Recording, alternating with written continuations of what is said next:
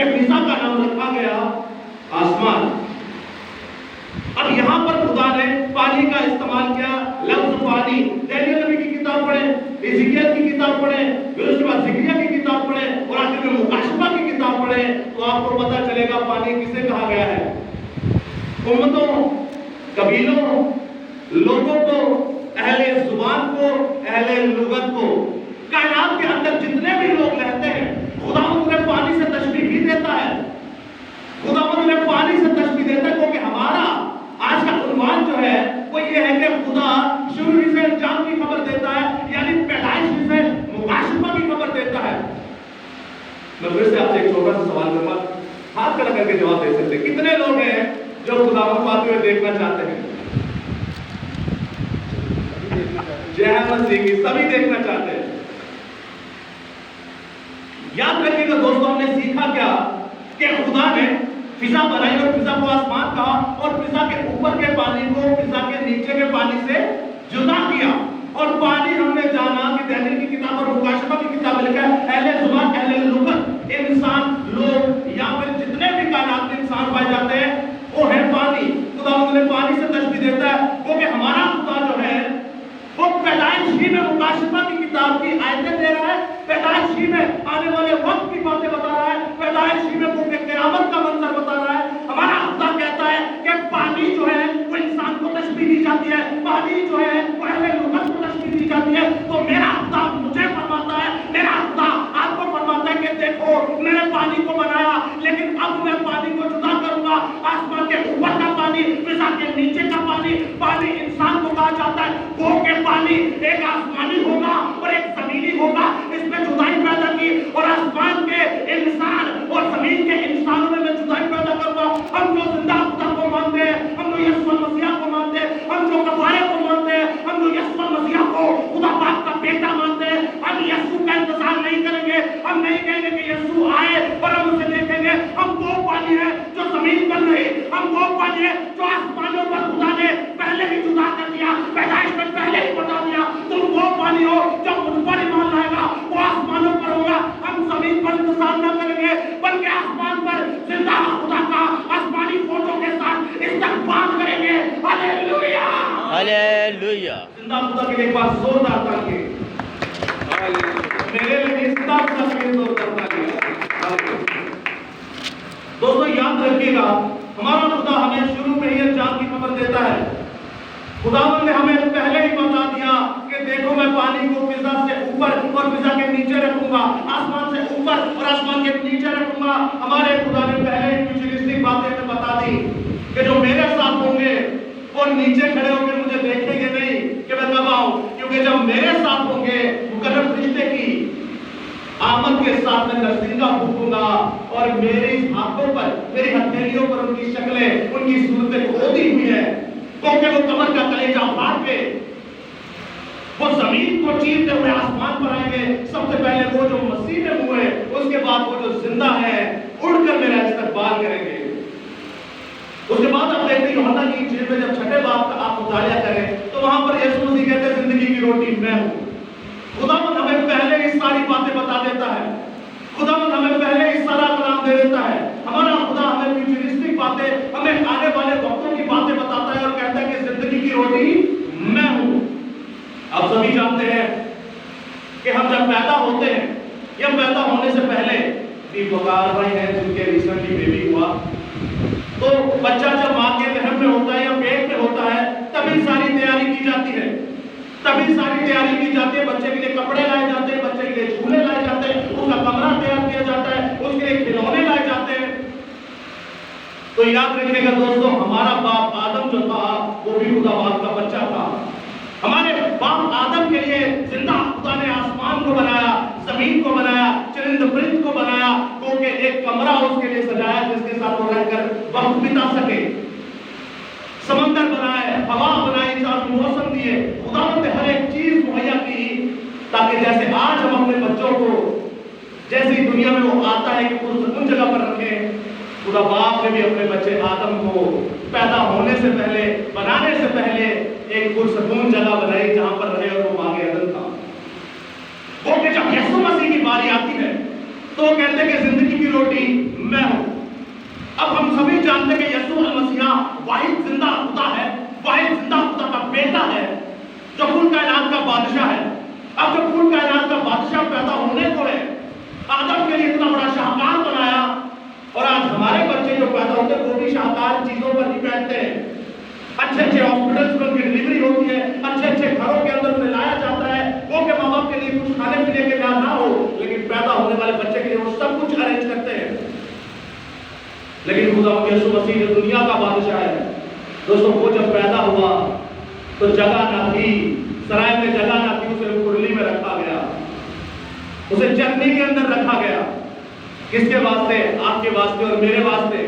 آپ سمجھتے ہیں کہ وہ چرنی صاف ہوگی؟ کیا وہ کرلی صاف ہوگی؟ نہیں دوستوں، جہاں پر بھیڑ بکریاں یا گاؤں شالا ہوتا ہے، جہاں پر وہ چارہ کھاتے وہ جگہ صاف نہیں ہوتی۔ اس کھانے کے ساتھ غذا کے ساتھ کیڑے مکوڑے بھی ہوتے ہیں، اس غذا کے ساتھ کچرا بھی ہوتا ہے، اس جہاں وہ چیز ہوتی ہے وہاں پر بھی کچرا ہوتا ہے۔ ہمارے یسوع المسیح نے یہ بالکل نہیں سوچا، کیونکہ اس نے اپنے آپ کو خالی کر دیا، اپنے آپ کو خاکسار کر دیا، اور اپنے آپ کو الوہیت کی معمولی سے بھی خالی کر کے انسان بن گیا، انسان کے مشابہ ہوا اور خادم کی صورت اختیار کی۔ اب یسوع مسیح کہتے ہیں یوحنا کی انجیل میں کہ زندگی کی روٹی میں ہوں، جو مجھ میں سے کھائے گا وہ ہمیشہ زندہ رہے گا، وہ کہ وہ مر بھی جائے تو بھی زندہ رہے گا۔ تمہارے باپ دادا نے بیابان میں من کھایا، آسمانی پھل کھایا اور وہ مر گئے، لیکن اس آسمانی روٹی کو جو کھائے گا وہ ہمیشہ زندہ رہے گا۔ یسوع المسیح جب پیدا ہوئے تو چرنی کے آس پاس آپ کو پتا ہے گاؤں شالہ ہو یا بھیڑ شالہ ہو، بھیڑوں کا استبل ہو یا گائے کا واڑا ہو، وہاں پر وہ بھیڑے یا گائے جمع ہو کر چارہ کھاتی ہیں۔ اب یسوع المسیح ہمیں کہتے ہیں کہ بھیڑوں کا اچھا چرواہا میں ہوں، یعنی بھیڑے ہمیں کہہ رہا ہے اور چرواہا اپنے آپ کو کہہ رہا ہے۔ تو خداوند ہمیں پیدا ہو کر ہی بتا رہا ہے، خداوند ہمیں پیدا ہو کر ہی بتا رہا ہے کہ دیکھو میں جیسے پیدا ہوں، یہ کوئی محض اتفاق نہیں ہے۔ یہ بھی تو لکھا جا سکتا تھا کہ ماں مریم کی گودی میں تھا، باپ یوسف کے گودی میں تھا، یا کسی چرواہے نے پکڑ لیا۔ یہی تو لکھا گیا کہ چرنی کے اندر اسے رکھا گیا، کیونکہ دوستو یاد رکھیے آپ اور میں زندہ خدا کی بھیڑیں ہیں، آپ اور میں زندہ خدا کی بھیڑیں، اور بھیڑیں جب چرنی کے پاس جاتی ہے تو وہاں غذا پڑی ہوتی ہے، وہاں کھانا پڑا ہوتا ہے، اور کھانا کیا تھا؟ کھانا یسوع مسیح تھا، اور یسوع مسیح کہتے ہیں جو مجھے کھائے گا وہ زندہ رہے گا، تو کہ وہ مر بھی جائے وہ عبدالآباد زندہ رہے گا۔ یہی خدا کا کلمہ ہے، یہی خدا کا مضمون ہے، اور یہی زندہ خدا کا کلام ہے۔ ہمارا زندہ خدا کرتا بعد میں ہے، ہوتا بعد میں اور کر کے پہلے ہی دکھا دیتا ہے۔ سمجھنے والا سمجھ جائے۔ ہمارا زندہ خدا چرنی کے اندر پیدا ہوا اور کہتا ہے زندگی کی روٹی میں ہوں، آؤ بیڑو مجھ میں سے کھاؤ۔ میں چرنی کے اندر، میں وہاں پر پیدا ہوا جہاں پر غذا رکھی جاتی ہے، تاکہ ہم جو بیڑے ہیں آئیں اور اسے کھائیں۔ تو یاد رکھیے گا دوستو، خداوند یسوع المسیح ہمارے لیے پیدا ہوتے ہی ایک غذا تھے، جس نے اسے کھایا، روحانی طور پر کھایا، چاہے وہ مجوسی ہو چاہے وہ چرواہے ہو، جھک کر اسے سجدہ کرتے تھے جیسے زندہ خدا کو سجدہ کیا جاتا ہے۔ جو اس پر ایمان لائے وہ عبدالآباد زندہ رہیں گے۔ یسوع مسیح کہتے ہیں زندگی کی روٹی میں ہوں، بیڑوں کا اچھا چرواہا میں ہوں، دنیا کا نور میں ہوں۔ یسوع مسیح پھر سے کہتے ہیں کہ بیشتر کے ابراہیم تھا، میں ہوں سو میں ہوں، حیا سے حیا زندگی مجھ میں پائی جاتی ہے۔ میں آدم سے بھی پہلے، میں کائنات کے بننے سے بھی پہلے، میں باپ کے ساتھ جلال میں تھا۔ اے باپ اب تو مجھے پھر سے جلالی بنا دے۔ خداوند فرماتا ہے کہ الفا اور اومیگا، ابتدا اور انتہا، شروع اور انجام، اول اور آخر میں ہوں۔ اور یسوع مسیح کہتا ہے جو مجھ میں سے کھائے گا، یعنی جو مجھ پر ایمان لائے گا، جو مجھ پر ایمان لائے گا وہ کبھی نہ مرے گا، کیونکہ وہ مر بھی جائے تو وہ عبدالآباد زندہ رہے گا۔ تو دوستو ہمیشہ یاد رکھیے گا ہمارا خدا شروع ہی سے انجام کی خبر دیتا ہے اور ہر وقت دیتا ہے، پرکھنے والا ہونا چاہیے۔ ہمارا خدا بائبل مقدس بڑی ہے پرانے عہد نامہ میں نبوتوں سے۔ اکثر لوگ کہتے تھے کہ نبوت کی کتاب صرف مکاشفہ کی کتاب ہے، کیونکہ پہلے باب میں لکھا ہے کہ اس نبوت کی کتاب پڑھنے والا، سننے والا اور اس میں جو لکھا ہے اس پر عمل کرنے والا مبارک ہے۔ پہلے باب کی پہلی آیت کے اندر ہی خدا کی نبوت پائی جاتی ہے، باپ کہتے اور روح القدس کی۔ تو یاد رکھیے گا دوستو، ہمارا کیا خدا کہتا ہے کہ زندگی کی روٹی میں ہوں۔ جو باپ اور بیٹے دونوں پر ایمان لاتا ہے